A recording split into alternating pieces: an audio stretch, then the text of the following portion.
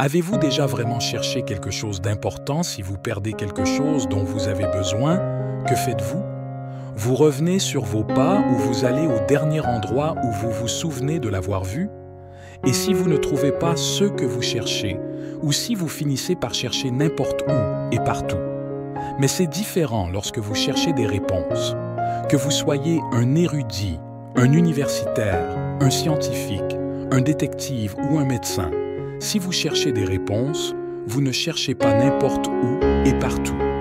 Vous êtes particulièrement attentif à où vous regardez. Vous êtes particulièrement attentif à qui vous écoutez. Tout.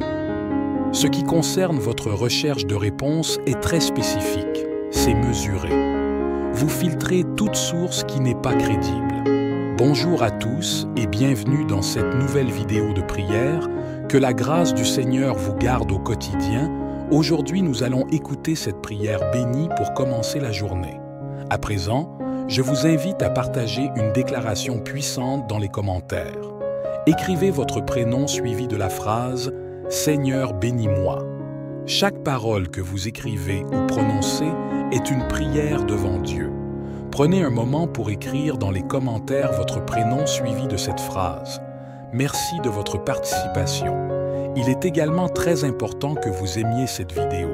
Chaque fois que vous aimez l'une de nos vidéos, vous indiquez à YouTube que la prière que vous regardez vous fait du bien et que vous pouvez la recommander à d'autres. En cliquant sur « J'aime », vous nous aidez à bénir beaucoup de personnes ici sur YouTube. Alors, cliquez sur « J'aime » dès maintenant. Je veux m'adresser à ceux d'entre vous qui écoutent nos prières pour la première fois. Soyez les bienvenus. Maintenant, préparez vos cœurs et écoutons l'Évangile du matin. C'est intéressant quand vous regardez les liens vers lesquels nous, en tant qu'humains, irons à la recherche de réponses. Maintenant, dans la Bible, il y a un homme qui avait demandé que Dieu le fouille. Il voulait que Dieu sonde chaque partie de lui, de son esprit à son cœur, jusqu'à ses émotions. Il voulait que Dieu découvre tout et enlève tout. Psaume 139, versets 23 à 24 dit « Cherche-moi, ô Dieu, et connais mon cœur. Essaye-moi et connais mes pensées. Et vois s'il y a une voie douloureuse en moi, et conduis-moi dans la voie éternelle. » David avait 6 demandes au Seigneur. La première était que Dieu le fouille. Alors il voulait connaître son cœur, découvrir tout ce qui était caché dans son cœur. La troisième était que Dieu l'éprouve, le mette au test. Le numéro 4 était de connaître ses angoisses, en d'autres termes, connaître ses pensées. La cinquième demande était que Dieu voie s'il y a une mauvaise voie en lui, dans le sens qu'il identifie, qu'il révèle le péché qui est dans sa vie. Et finalement, David a dit « Conduisez-moi, conduisez-moi dans votre chemin d'une manière qui vous plaît. » Je suis fasciné que David veuille que Dieu le sonde si minutieusement parce qu'à vrai dire, beaucoup d'entre nous cachent des choses, ou du moins nous pensons que nous cachons des choses à Dieu. Mais laissez-moi vous dire, saint, rien n'est caché à la vue de Dieu. Donc, je vous encourage à avoir le désir d'être purifié par Dieu, à avoir le désir qu'il vous fouille. Et s'il trouve toute haine en vous, demandez-lui de l'enlever. Demandez à Dieu de vous fouiller, et s'il trouve de l'amertume en vous, demandez-lui de l'enlever. Trop de fois, nous nous accrochons à des choses qui nous blessent, alors qu'en réalité, nous devrions dire « Seigneur, fouille-moi, recherche mes motivations, mon esprit, recherche mon être, connais mon cœur, élimine toutes les impuretés, le manque de pardon, la blessure. Essaye-moi, teste-moi, Dieu. » Car c'est à travers l'épreuve de notre foi que nous devenons plus forts, que nous développons et mûrissons. Alors, que les chrétiens prient pour que Dieu soit le point central de vos pensées, et peut-être le point de départ le plus important, et que Dieu voie s'il y a une mauvaise voie avec vous. Puisse-t-il révéler ce péché caché, la chose pour laquelle nous trouvons des excuses, alors qu'il ne s'agit en réalité que d'un péché. Une fois qu'il l'a révélé, priez pour qu'il prenne votre main et vous guide dans sa volonté. Maintenant, prions le roi Jésus. Votre parole dans Jacques 4, verset 8 dit « Approchez-vous de Dieu et il s'approchera de vous. Nettoyez vos mains, vous les pécheurs, et purifiez vos cœurs, vous qui avez un cœur partagé. À l'esprit, j'ai fait un choix, Seigneur. Je veux me rapprocher de toi. Je désire me rapprocher de toi, parce que tu as promis de te rapprocher de moi. Et je prie donc pour que tu me sondes et que tu saches que mon cœur me rend pur et laisse le péché être absent de ma vie. Père Dieu, tu es la force de mon salut et je rends grâce à ton saint nom. Je désire me rapprocher de toi, Seigneur, et je commence par me repentir. Pardonne-moi mes péchés. Pardonne-moi pour tout ce que j'ai fait de mal. Je sais que c'est le péché qui me sépare de toi. Alors, je prie pour que ton sang me lave.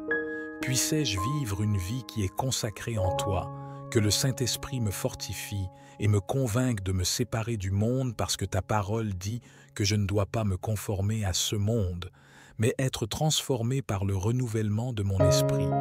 Pardonne-moi et lave ma conscience propre. Aide-moi à garder mes yeux tournés vers toi, Jésus, l'auteur et le consommateur de ma foi en toi, Seigneur. C'est tout ce que je veux et tout. Je pourrai toujours avoir besoin du Seigneur Jésus. Je désire me rapprocher de toi parce que 1 Jean 4, 19 dit que nous aimons parce qu'il nous a aimés le premier. Tu m'aimes avant que je te connaisse et je te remercie. Je te remercie parce que ta parole le dit même dans Jérémie 1 verset 5. Avant de te former dans le sein maternel, je t'ai connu. Avant ta naissance, je t'ai mis à part. Je t'ai nommé prophète des nations.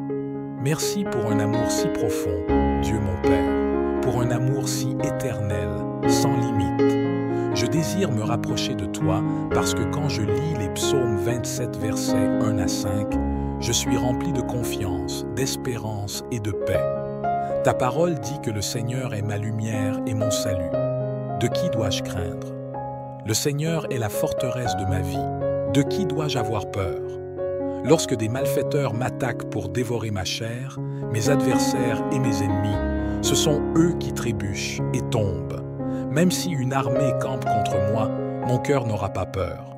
Même si la guerre éclate contre moi, je serai sûr d'une chose que j'ai demandée au Seigneur, habiter dans sa maison tous les jours de ma vie pour contempler sa beauté et m'enquérir dans son temple. Car il me cachera dans son abri au jour de la détresse. Il me cachera sous le couvert de sa tente. Il m'élèvera haut sur un rocher.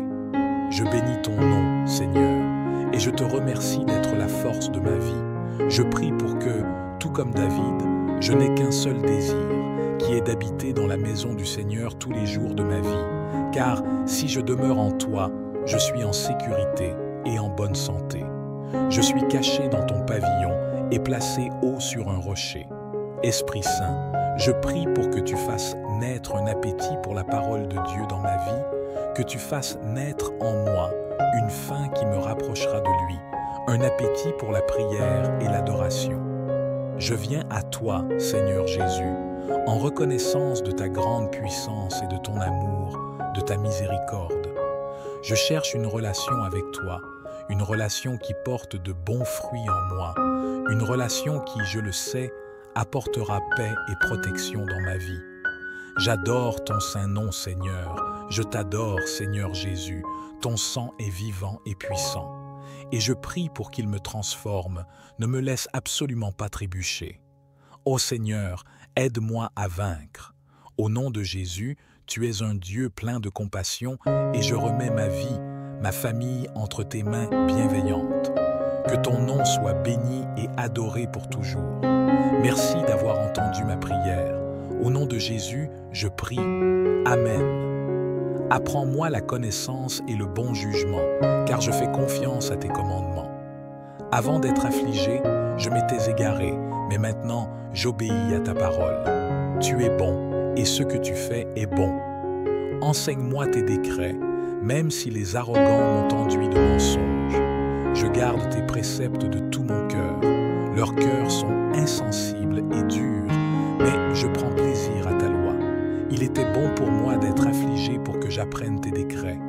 La loi de ta bouche m'est plus précieuse que des milliers de morceaux d'argent et d'or. Tes mains m'ont fait et m'ont formé. Donne-moi la compréhension pour apprendre tes commandements. Que ceux qui te craignent se réjouissent quand ils me voient, car j'ai mis mon espérance dans ta parole. Je sais, Seigneur, que tes lois sont justes et qu'en ta fidélité tu m'as affligé. Que ton amour indéfectible soit mon réconfort, selon ta promesse à ton serviteur. Sonde-moi, ô Dieu, et connais mon cœur, éprouve-moi, connais mes pensées, et vois s'il y a un chemin douloureux en moi.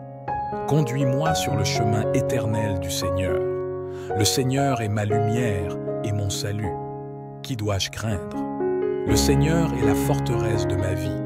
De qui aurais-je peur lorsque des malfaiteurs m'assaillent pour dévorer ma chair, mes adversaires et mes ennemis? Ce sont eux qui trébuchent et tombent alors qu'une armée campe contre moi. Mon cœur ne craindra pas, même si la guerre éclate contre moi, mais je serai sûr que j'ai demandé une chose au Seigneur et que je la chercherai. Pouvoir habiter dans la maison du Seigneur tous les jours de ma vie, pour contempler la beauté du Seigneur et pour enquêter dans son temple. Car il me cachera dans son abri au jour de la détresse. Il me cachera sous le couvert de sa tente.